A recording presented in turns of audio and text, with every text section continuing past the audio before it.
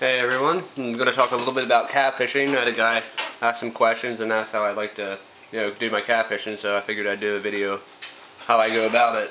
I don't have all the baits that I normally use for catfishing because it's winter here and I haven't been out to fish yet for catfish, so I got some of the stuff out and I'll tell you a little bit of everything that I have and how I rig it up and everything. Of course, got the handy dandy pliers, gotta always have them.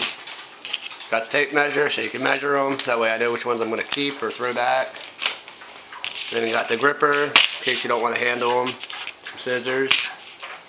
And then here is Rod, by Rod and Bobber, the beacon, the torch. It's just a glow stick for the tip of your rod. I do a lot of night fishing when I go for catfish, so I always use those. Then I got a bell, that way when I'm night fishing and I can't really tell. This goes off, I clip it to the rod, and it'll ding, but I did add a piece of string to it and a clip. That way I can clip this onto the rod, and a lot of the time when I'm fishing, if I don't have this and I get a bite, I gotta take the time to take the bell off. And a lot of times, I could either lose the fish, or if I want to get the fish right away, I pull back on the rod and I lose the bell, it falls into the lake. So I attach this onto it. That way, if it goes off, I can just pull the rod back, and if the bell falls off, it's still going to be attached, and it won't fall into the lake and I won't lose it. It's just one little thing I added to it. But I like to use the bells. Then I got treble hooks. I use chicken liver. That's what I use treble hooks for the round chicken liver. Which I'll talk more about that in a second. I got two different size steel leaders that I like to use. I've got only one sinker right now. I got to get more of those. 1/4 ounce, I use 1/2 ounce. And then at Walmart, or probably almost any bait shop, they should have them. This is called the Catfish rig. And I put that on the line. And then down at the bottom I attach the hook, or the treble hook, whatever I'm using. And then I'll put my bait on. I really like to use this. It has the steel leader and everything already into it. You tie it on, you're ready to go fishing with that. Then this is one of my baits I have. It's the baby shad. You can get this at Walmart, about $4, and it's with blood on it. It's supposed to be like the red belly shad. They're live, dead shad. These work wonders for me. And people ask why I use heavy line for my catfish rod, because when I use this, it don't always catch catfish. I could land striped bass on it, or muskie or pike. With the area or the lake that I fish at, there's all kind of species in there, and you get any of those. But this is one of my go-to baits. And when I'm doing that, I'll also take a couple pieces where I'm fishing at and I'll chum. I'll throw some extra pieces in there just to get the fish around. And that's with anything I use, worms or chicken liver, which is another one of my favorites. I'll just put it on the hook and I'll throw it out. And I'll throw some extra pieces around it, that way it gets the fish coming. Now I also got gloves in case, some people like to use vinyl gloves instead of touching all that stuff, so you can use that.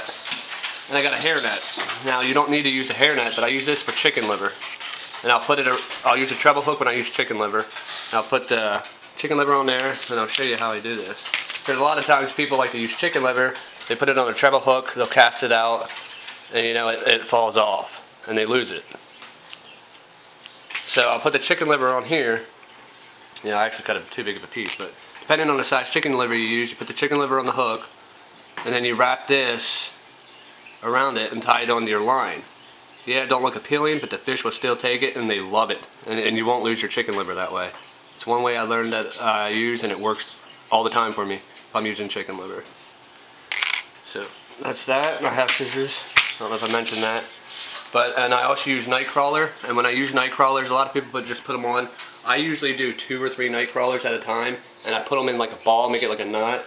Seems to do better that way for catfish. And that's pretty much all I do to get catfish. And how I get them is baby shad, chicken liver, and night crawlers. Those are my go-to baits. And of course, minnows, once in a while I'll use them. And sometimes I'll use the live minnows, and if I see that's not doing nothing, I'll cut them a little bit just to get a little bit of blood, and that tends to draw the catfish or muskie or whatever.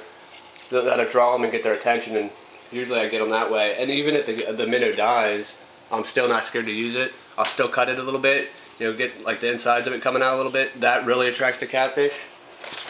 And that's how I go about it. And usually I get some real nice ones, some 10-pounders, some small ones, but keep what I want, throw back what I don't want to let them get bigger.